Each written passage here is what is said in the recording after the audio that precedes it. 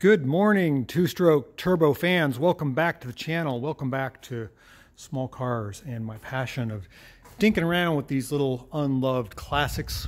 Speaking of unloved classics, oh yeah, there's Stella, my shop dog up there. She's supervising again from above. She wants to know if there's any squirrels in the shop, which there are none. She should know by now. We are working on our conjunction of a bunch of cars actually. Our 1966 Renault Dauphine with stuck brakes. I think I've got it figured out. I think I'm going to pull the master cylinder and re-drill out the relief pressure valve or relief pressure port. That's the only thing I can think that some piece of crud has gotten in there, and the brakes seem to release after a while, but like 10 minutes, so that's not good. Put the brakes on, you gotta wait 10 minutes for them to unlock. This car doesn't have enough power to get out of its own way, much less overcome 4 disc brakes that are stuck on all the wheels. So we're moving on to our next project, kind of fun stuff. This is our 1970 N600, and I'm setting down my PPE here. I've been sanding on this car for what seems like eternity.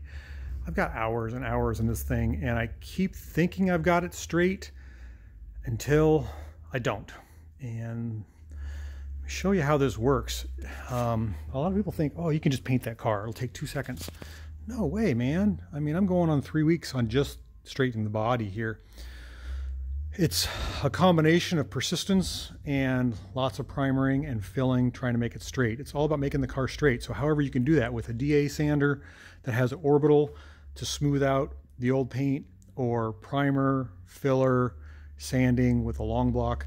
And that's what I'm doing today.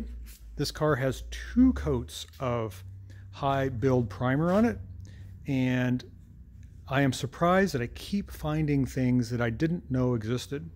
In other words, by taking this, what is it, 24 inch?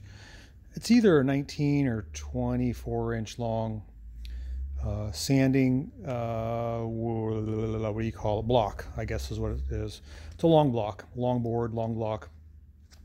I'm using 240 grit paper because I'm getting down to the final stages.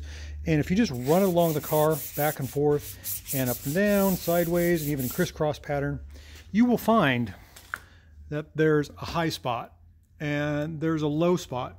I should say that I use a dry guide coat, which is a powder, and I just sprinkle it on here so I can see what I'm doing. The car is gray, and where the dark spots are the low spots, and where you see here is a high spot. I didn't know that was there. I would have never found that. I would have painted this car because I was in a hurry, but thankfully to my persistence and patience, and just, you don't have to get deep with this thing. You don't have to press hard. You do need to wear a mask, and as you can see by my body, it's a dusty proposition. So wear clothes accordingly. You don't want to ingest all this dust. You can see it coming up. You want to not get it in your eyes either. It's best if you have eye protection. But this will make or break the car. Now I'm going to go back over here, and I'm going to put a slight skim filler coat from about here all the way to here to fix this. And I've already taken my dolly and I've knocked this down a little bit, but it's all about getting these panels flat. So as we go around the car, you can see there was a high spot there. That one sanded out. In other words, there's no bare metal showing, so I'm confident with that. This one, I could probably tap on this little piece here. This was my low spot, and you can see right in the center of this gray, the dark part, it's still low. It needs a dab of filler. This one also surprised me. I had no idea there was a high-low spot problem here. It looked fine. This one I did know about, and I made a huge mess. This is going to take a while because it's oil. It oil cans. In other words, I press on the bottom, the underside of the hood. If I get my hands on the bottom side of the hood, it goes bloop. And if I press on the top, it goes bloop. So you can't have unstable metal. You have to have stable metal to do body work. So you've got to find out whether it likes being down or up or stretch or shrink it, depending on what you want. I've opted to sink it a little bit and fill it full of primer. That's where it likes to be. And most likely if somebody touches the car, if I polish the car, it's going to push down. If it's in the upward position and I do my body work, and after the car's painted, you push on it and it oil cans, it's going to look terrible. So there's some dinks, and I'm not proud of that one at all. I couldn't get it to not oil can, so I'm just going to fill that from about there to there and block it straight. As we go around the car, you can see there's other places too. Like I filled the radio antenna hole here that came out pretty fine. I'm not too concerned about the cowl, but big areas like the hood, there was fender mirrors here and there was a dent there that I didn't realize. Same thing here. Around the side marker indicator, there's a low spot right there. And I filled this area, thought I got it all, but surprise, surprise, there was another one. And same thing on this panel. You remember I used my new DA sander from Harbor Freight with the 20mm long throw, and I got all these door dings out. They look great, there's nothing there, but there's one there that I had no idea existed. Same down here, I didn't know that was there. So you can run your hand along there and feel it. If you can feel something, there's something there. It needs attention, and actually I can feel there's a low spot there and also right there. So same thing, going around the car, low spot there. I didn't know that was there. And there's a high spot there, which means probably something got thrown in the trunk or in the back, poked out and created that, or vice versa. It got dented here and it popped that out. So I need to hammer that down and fill this. Oh, and it just goes on and on. This is a small car. I shouldn't be complaining. This is not a Cadillac. Kind of another problem here.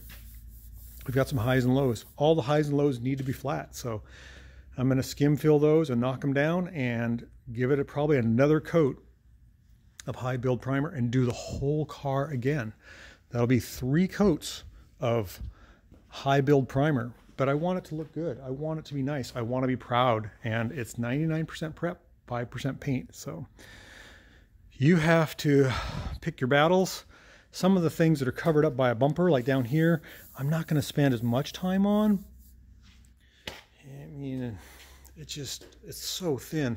This car is 22 gauge metal, whereas most American cars are like in the 16s, 18s, something like that.